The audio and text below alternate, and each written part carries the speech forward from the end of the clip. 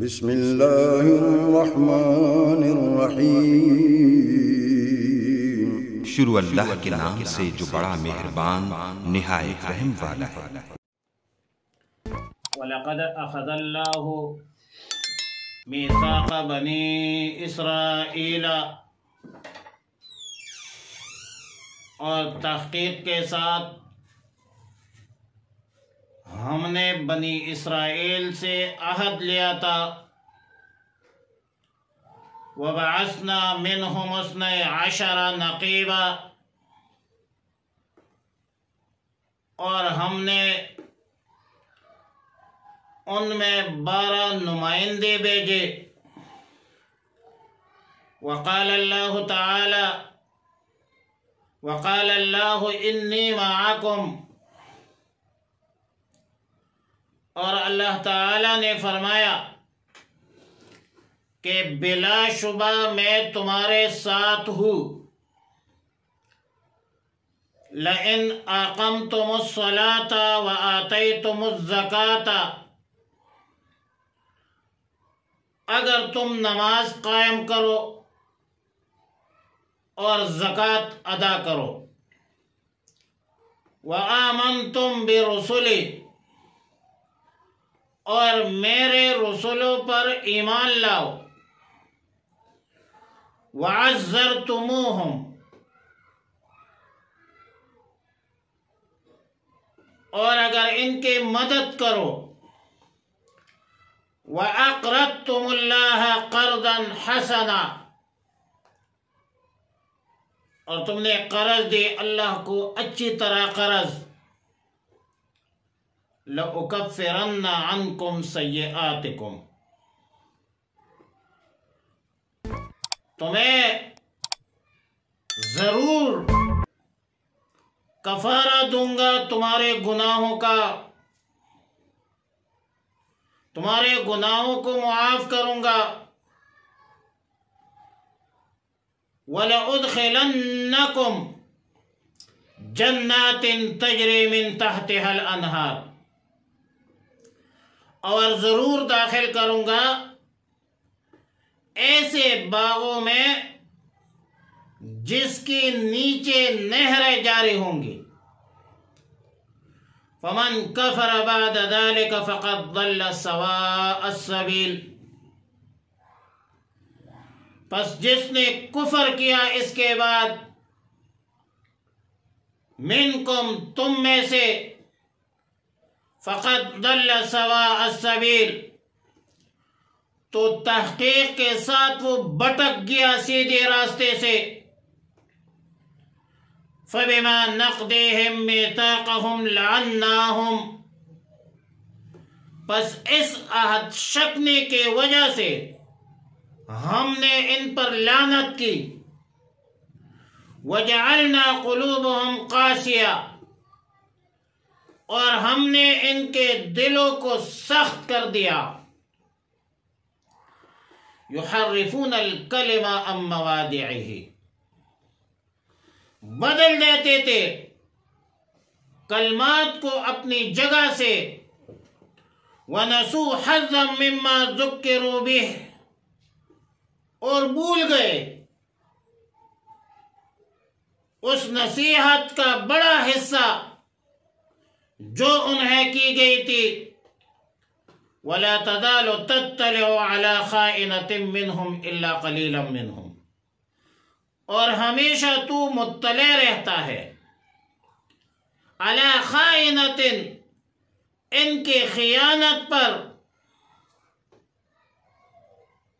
ان میں سے مگر تھوڑے لوگ ان میں سے، إِلَّا قَلِيلًا مِّنْهُمْ فَاعْفُ عَنْهُمْ وَاصْفَحْ، پس معاف کیجئے اور درگزر کرے اس سے۔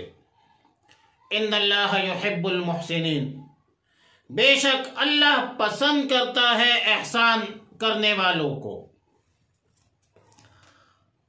آیت مذکورہ سے پہلے آیت نمبر 7 میں مسلمانوں کو خطاب تھا اور فرمایا کہ سمعنا و اطعنا، فرمان برداری کی ذمہ داری لے لو، اطاعت کرو، اور پھر عہد کو پورا بھی کرو۔ اور اس آیت میں بنی اسرائیل سے جو عہد لیا تھا، اس عہد کے پورا کرنے پر انعام کا وعدہ ہے، اور عہد شکنے کی صورت میں ان کو سزا ملے گی، اور اس سزا کا تذکرہ ہے۔ اور اس میں مسلمانوں کو تنبیہ ہے کہ عہد پورا نہ کرنے پر اللہ کی طرف سے گرفت ہو سکتی ہے، اور ہوتی بھی ہے۔ ایسا نہ کرو کہ عہد شکنے کر کے اپنے اوپر وبال آنے کا ذریعہ مت بنو، اللہ کی پکڑ بہت سخت ہے۔ ان بطش ربک لشدید، معلوم ہوتا ہے کہ یہ عہد و میثاق لینا صرف مسلمانوں کے لیے مخصوص نہیں، بلکہ اس سے قبل گزشتہ امتوں سے بھی اسی طرح کے میثاق اور عہود لے گئے تھے، مگر جب وہ اپنے عہد و میثاق پر پورے نہیں اترے تو اس پر طرح طرح کے عذاب مسلط کی گئی۔ اور ارشاد فرمایا کہ اللہ تعالیٰ نے بنی اسرائیل سے بھی ایک عہد لیا تھا،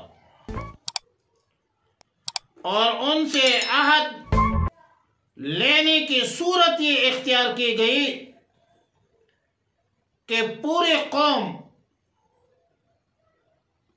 جو بنی اسرائیل ہے، اور یہ 12 خاندانوں پر مشتمل تھی، ہر خاندان کا ایک ایک سردار ہوتا تھا، اور ہر سردار کو یہ ذمہ داری دی گئی کہ اس عہد کو پورا کرنا تمہارے فرض منصبی ہے، اور اس نے یہ ذمہ داری اٹھائی بھی تھی۔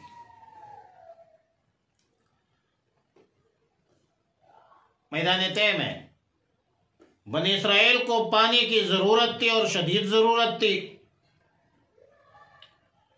حضرت موسیٰ علیہ السلام نے دعا کی، قرآن نے نقشہ یوں کھینچا، وَإِذِ اسْتَسْقَىٰ مُوسَىٰ فَقُلْنَا اضْرِب بِّعَصَاكَ الْحَجَرَ فَانْفَجَرَتْ مِنْهُ اثْنَتَا عَشْرَةَ عَيْنًا۔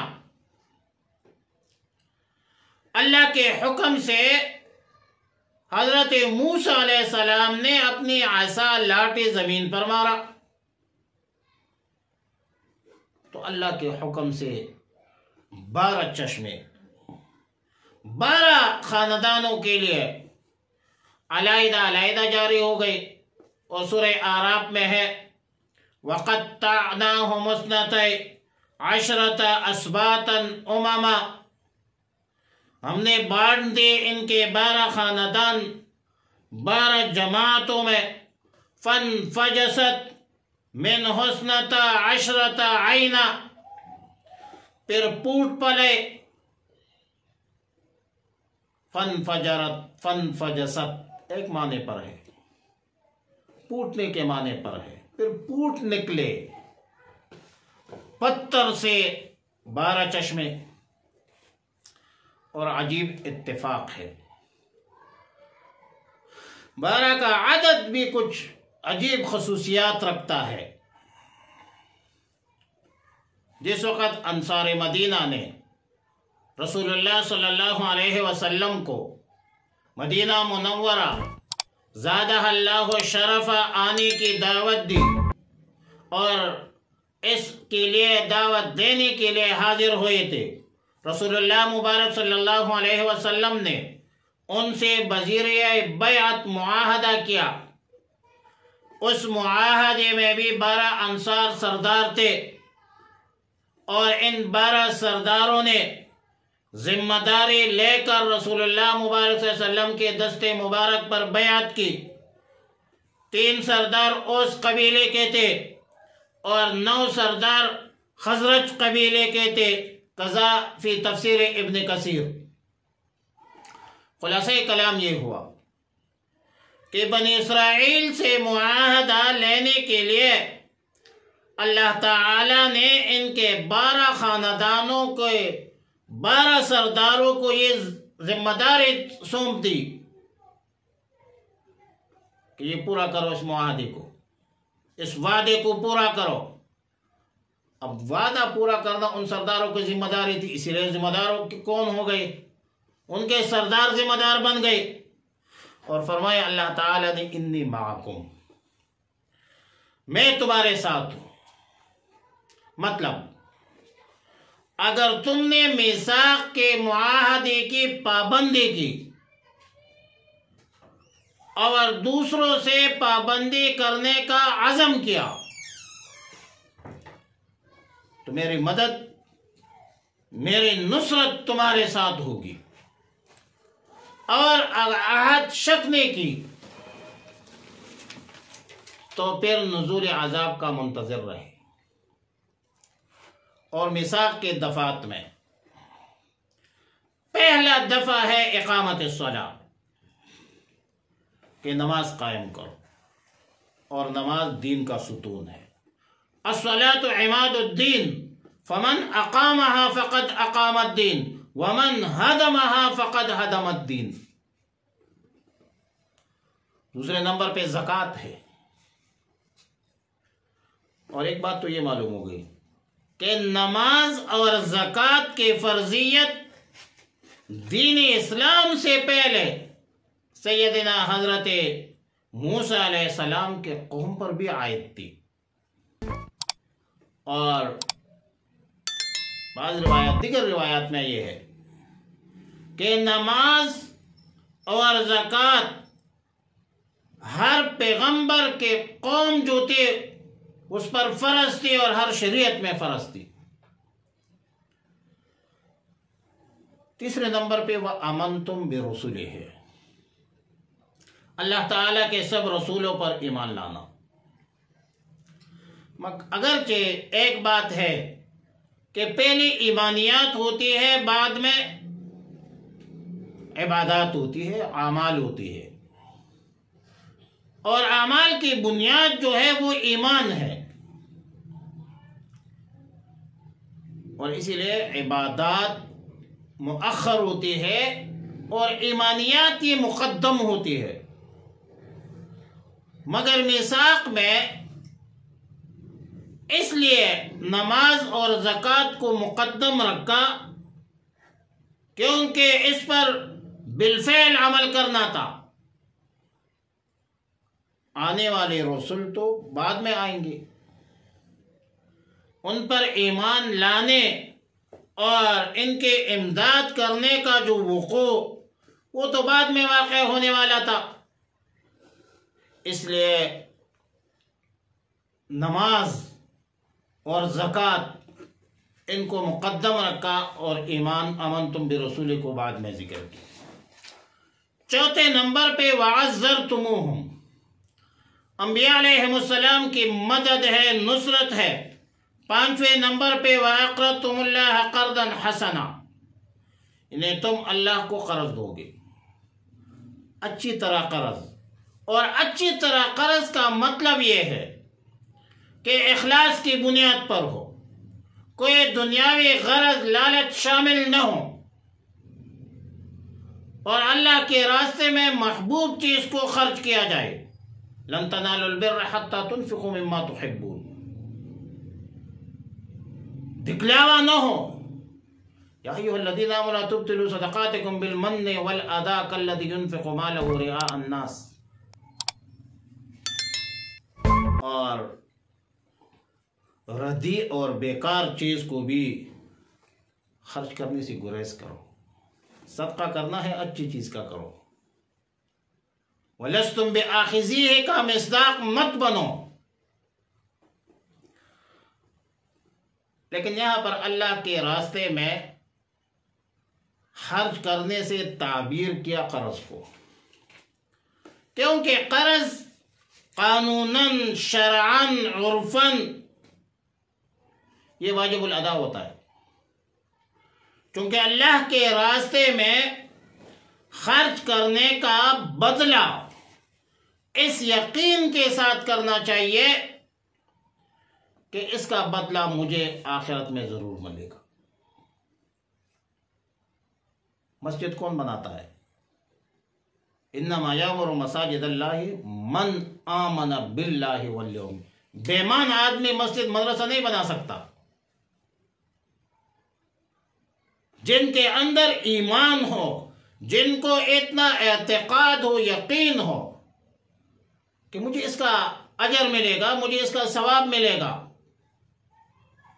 غریبوں کے ساتھ مدد وہ کرتا ہے جس کے اندر ایمان ہو. بے ایمان آدمی کدھر خرچ کرتا ہے؟ اور جس کے اندر ایمان نہیں وہ بزدل ہوتا ہے. خرچ کرنے کے لیے دل چاہیے. لہذا اس یقین کے ساتھ خرچ کرنا چاہیے کہ اس کا بدلہ مجھے آخرت میں ضرور ملے گا. اور ایک بات کہ یہ جو خرچ ہے یہ فرض زکوٰۃ کے علاوہ ہے. مثلا خیرات ہے، صدقہ ہے، بہن بھائیوں سے تعاون ہے، تعلق ہے، غریب و مسکینوں سے تعاون ہے. معلوم ہوتا ہے کہ صرف فرض کی ادائیگی سے کسی انسان بالخصوص کسی مسلمان کی ذمہ داری پوری نہیں ہوتی، اور نہ کوئی مسلمان زکوٰۃ کے علاوہ مالی ذمہ داریوں سے سبکدوش ہو سکتا ہے. زکوٰۃ کے علاوہ بھی کچھ مالی ذمہ داریاں ہیں جس کا پورا کرنا ہر مسلمان پر فرض کفایہ ہے. اور ظاہر ہے کہ موجودہ حالات میں مساجد ہے، مدارس ہے، اس کے تعمیر ہے، ترقی ہے، حکومت کا تو کوئی کردار نہیں ہے. یہ تو نان گورنمنٹ ادارے ہیں. لہذا قوم کو چاہیے کہ مساجد، مدارس کی تعمیر، ترقی، انتظام، انصرام کے حوالے سے مسلمان خود یہ ذمہ داری پوری کرے. اور یہ فرض کفایہ ہے. فرض کفایہ کا مطلب یہ ہے کہ چند مخلص مسلمان مل کر مسجد بنائے، مدرسہ بنائے، اس کے تعمیر و ترقی کے لیے مجلس کرے، محفل کرے، بیٹھ جائے، سوچے، اور اس حوالے سے وہ اپنا کردار ادا کرے. اگر کسی نے بھی اس حوالے سے کردار ادا نہیں کیا تو سب گناہگار ہوں. سورہ حدید میں ہے من ذا الذی یقرض اللہ قرضا حسنا فیضاعفہ لہ ولہ اجر کریم. فرمایا کہ کون ہے جو قرض دے اللہ کو اچھا قرض، پھر اللہ بڑھاتا ہے، اسے چند در چند کرتا ہے، اور اس کے لیے اجر عظیم ہے. لیکن یہ یہودیوں کی طرح یہ مت سمجھو کہ اللہ فقیر ہے. یہودی نے کیا کہا؟ قرآن کی آیت نازل لقد سمع اللہ قول الذین قالوا ان اللہ فقیر ونحن اغنیاء سنکتب ما قالوا. اور آخر آیات کے آخر میں فرمایا کہ وَمَنْ كَفَرَ بَعْدَ ذَلِكَ فَقَدْ ضَلَّ سَوَاءَ السَّبِيلِ. میثاق کے اہم دفعات بیان کرنے کے بعد فرمایا کہ اگر تم نے میثاق کی پابندی کی تو تمہارے پچھلے گناہ معاف ہو جائیں گے، دائمی راحت تمہیں ملے گی، تمہیں عافیت کی زندگی ملے گی۔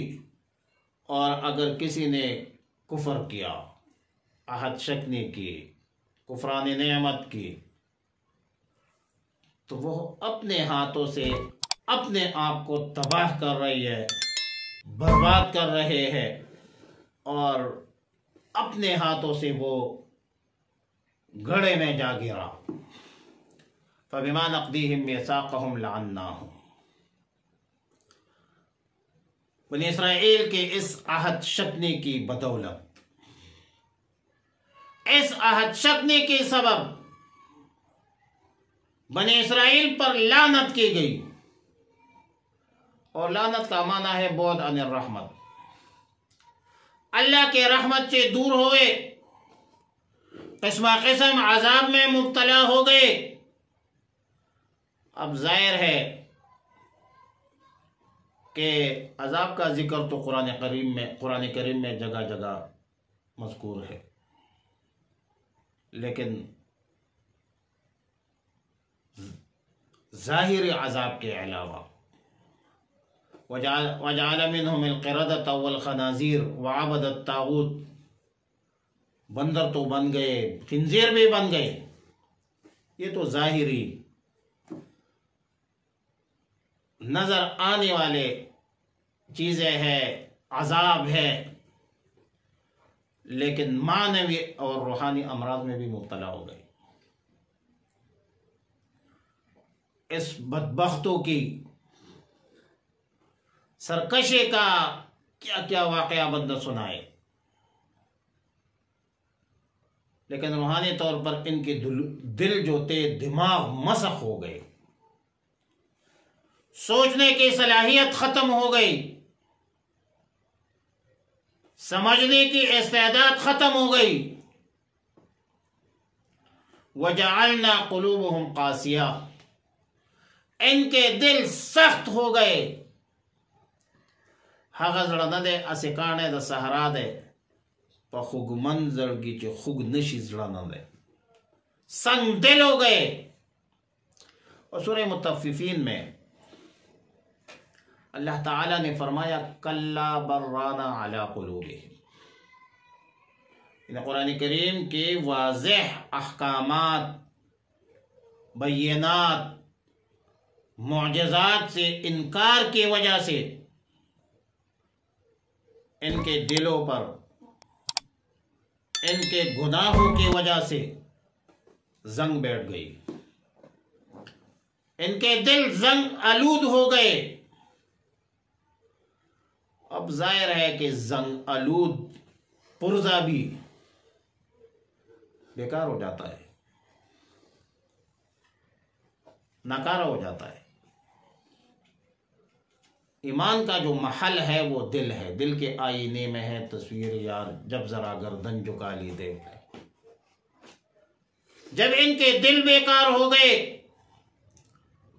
تو ان بدبختوں کے اندر ایمان کی قبولیت اور اس کی طاعت جو ہے وہ ختم ہو گئی، ان کے اندر ایمان لانے کی سکت باقی نہیں رہی۔ ہاں الا قلیلا فلا یؤمنون الا قلیلا، جیسا کہ عبداللہ ابن سلام رضی اللہ تعالیٰ عنہ رسول اللہ صلی اللہ علیہ وسلم نے ارشاد فرمایا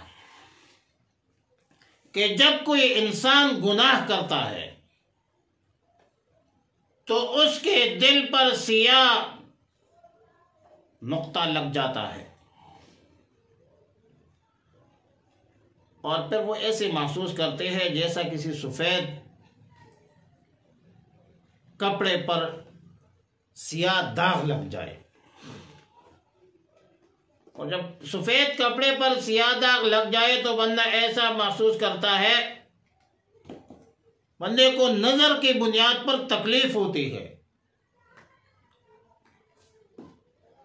تو اگر اس نے توبہ کر لی، آئندہ گناہ سے باز آ گیا تو وہ نقطہ مٹا دیا جاتا ہے، اور تنبیہ کے باوجود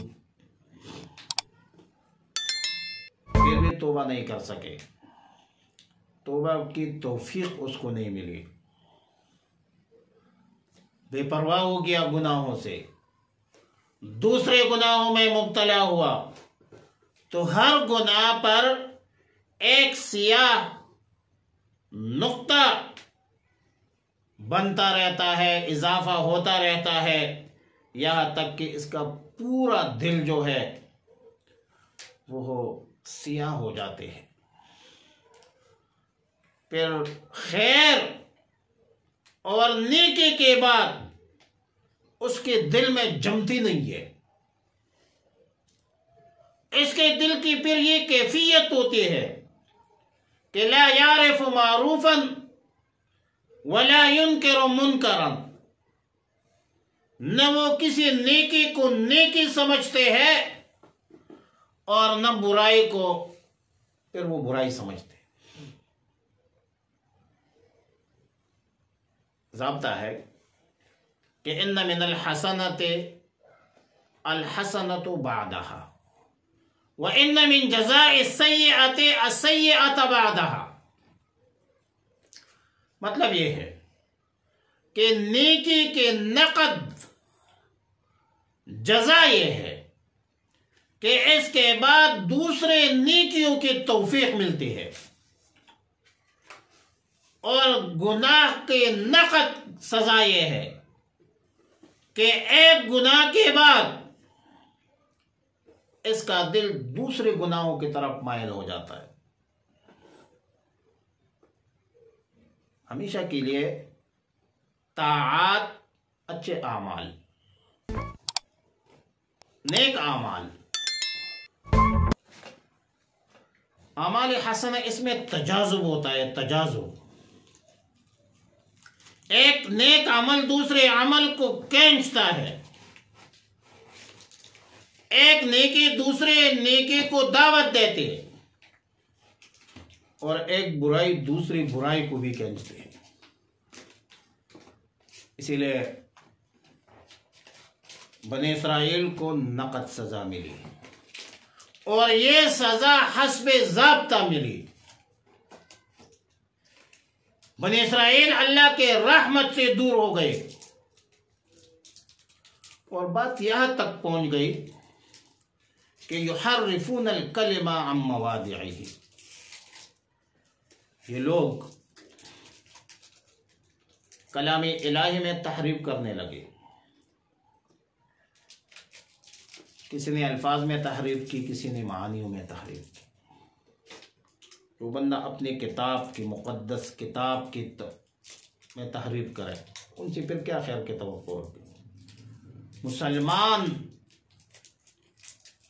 جتنا بھی بدعمل ہو، لیکن قرآن کا احترام اس کے دل میں ضرور ہوتا ہے، رسول اللہ صلی اللہ علیہ وسلم کی محبت ان کے دل میں ضرور ہوتی ہے۔ وہ قرآن کی توہین نہیں کر سکتا، مسلمان پیغمبر کے شان میں توہین برداشت کر نہیں سکتا۔ وَنَسُوا حَظًّا مِّمَّا ذُكِّرُوا بِهِ، ان کو جو نصیحت کی گئی تھی اس نصیحت سے نفع اٹھانا بھول گئے، اور رسول اللہ صلی اللہ علیہ وسلم کو خطاب ہے کہ وَلَا تَزَالُ تَطَّلِعُ عَلَىٰ خَائِنَةٍ مِّنْهُمْ إِلَّا قَلِيلًا مِّنْهُمْ، آپ ہمیشہ ان کے طرف سے کسی نہ کسی خیانت پر مطلع ہوتے رہتے ہیں، اللہ قلیل، تھوڑے لوگ ان میں سے، جیسا کہ عبداللہ ابن سلام رضی اللہ تعالیٰ عنہ۔ بنی اسرائیل کے بد اعمالیوں کا، بد اخلاقیوں کا، ان بدبختوں کے عہد شکنے کا تقاضا تو یہ تھا کہ رسول اللہ صلی اللہ علیہ وسلم ان سے نفرت کرے، حقارت کا معاملہ کرے، اور ان کو پاس بھی نہ آنے دے۔ لیکن چونکہ رسول اللہ صلی اللہ علیہ وسلم رحمۃ للعالمین ہے، وما ارسلناک الا کافۃ للناس ہے، وما ارسلناک الا رحمۃ للعالمین ہے، فرمایا کہ فاعف عنہم وصفح، آپ ان کو معاف کریں، ان کے بدعملی سے درگزر کریں، ان سے منافرت اور نفرت کی صورت نہ بنائیں، اور اللہ احسان کرنے والوں کو پسند کرتا ہے۔ صاحب روح المعانی علامہ آلوسی رحمہ اللہ الباری جلد 6 صفحہ نمبر 90 پر لکھتے ہیں کہ اے اذتابوا وبذلوا الجزیہ، اذتابوا وبذلوا الجزیہ، جب وہ توبہ کرے، اسلام قبول کرے، خیانت سے باز آ جائے یا جزیہ دے، عہد کی پابندی کرے، تو پھر ان کو معاف کیجیے، درگزر کیجیے۔ تو اگر یہ وعدہ لیا جائے تو یہ آیت پھر منسوخ نہیں ہے۔ اور اس کے بعد علامہ آلوسی رحمہ اللہ الباری تفسیر الروح المعانی میں علامہ تبری رحمۃ اللہ علیہ کا قول نقل کرتے ہیں کہ معافی اور درگزر کرنے کا حکم پہلے تھا، اور جب کافروں کے ساتھ جہاد کا حکم نازل ہوا تو پھر یہ منسوخ ہو گیا۔ لیکن مولانا اشرف علی تھانوی رحمہ اللہ الباری بیان القرآن میں اس کی تفسیر کرتے ہیں، فرمایا کہ جب تک شرعی ضرورت نہ ہو ان کے خیانتوں کا اظہار اور ان کی فضیحت نہ کیجیے، ان کی فضیحت جو ہے ضرورت نہیں ہے، اور یہ معنی جو ہے یہ زیادہ تر قریب ہے ان اللہ یحب المحسنین۔ ہاں ضرورت پڑ جائے تو پھر ان کی خیانت بیان کرنا چاہیے۔ وَمِنَ الَّذِينَ قَالُوا إِنَّا نَصَارَى، اور بعض اہل کتاب میں سے وہ ہے جو کہتے ہیں کہ ہم نصارہ ہیں، اخذنا میثاقہم، ان سے بھی ہم نے پختہ وعدہ لیا تھا، فنسوا حظا مما ذکروا بہ، پھر یہ نصارہ جو تھے یہودی کو طرح یہ بھی بھول گئے اس چیز کا بڑا حصہ جس کے ذریعے ان کو نصیحت کی گئی تھی۔ فَأَغْرَيْنَا بَيْنَهُمُ الْعَدَاوَةَ وَالْبَغْضَاءَ إِلَى يَوْمِ الْقِيَامَةِ، پس ہم نے ڈال دی ان کے درمیان دشمنی اور بغض قیامت تک۔ وَسَوْفَ يُنَبِّئُهُمُ اللَّهُ بِمَا كَانُوا يَصْنَعُونَ، ان قریب اللہ انہیں بتلا دے گا بِمَا كَانُوا يَصْنَعُونَ، جو کام وہ کرتے تھے۔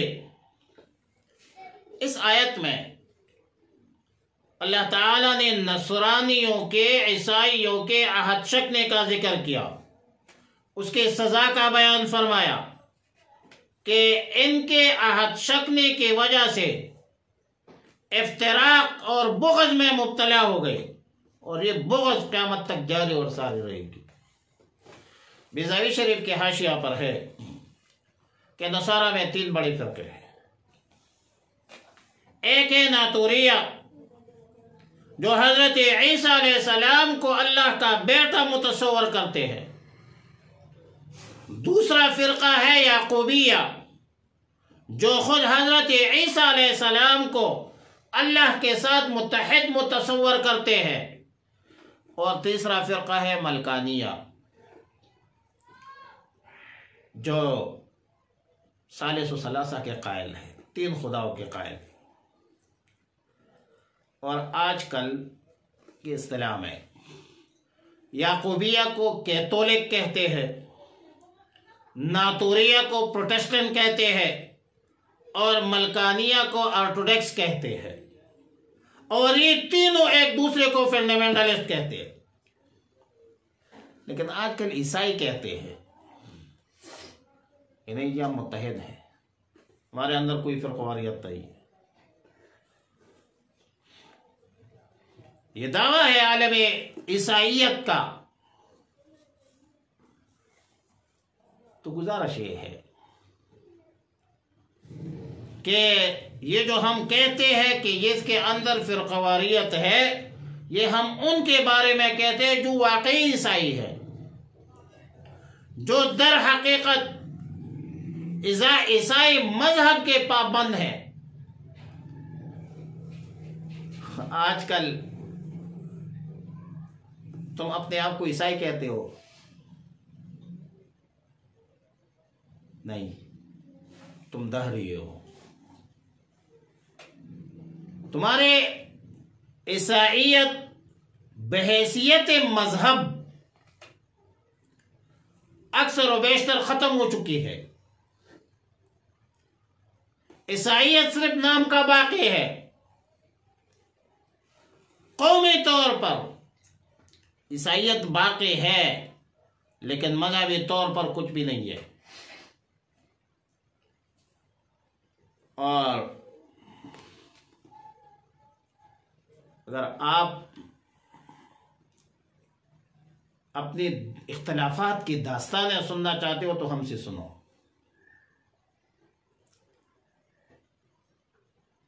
تم تو عیسائی نہیں ہو،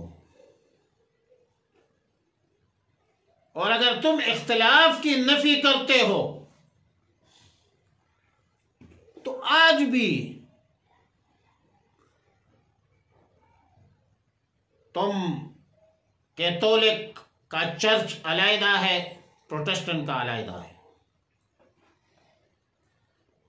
یہ کیوں ہے؟ کیا تم ایک چرچ میں عبادت نہیں کر سکتے؟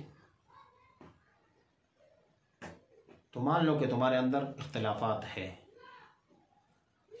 تم فرقواریت کے مرض میں مبتلا ہو۔ قرآن سچ کہتا ہے، تم جھوٹ بولتے ہو۔ اللہ سچا ہے، اللہ کا وعدہ سچا ہے۔ بدبختو تم شرم کرو، تم زمینی حقائق کو جھٹلاتے ہو۔ ہمارے سامنے آڑے کے ساتھ کیتھولک ہے، جیل کے ساتھ پروٹسٹنٹ ہے۔ کیوں ہے؟ معلوم ہوتا ہے کہ تمہارے اندر فرقواریت ہے۔ قرآن سچ کہتا ہے اور تم جھوٹ بولتے ہو۔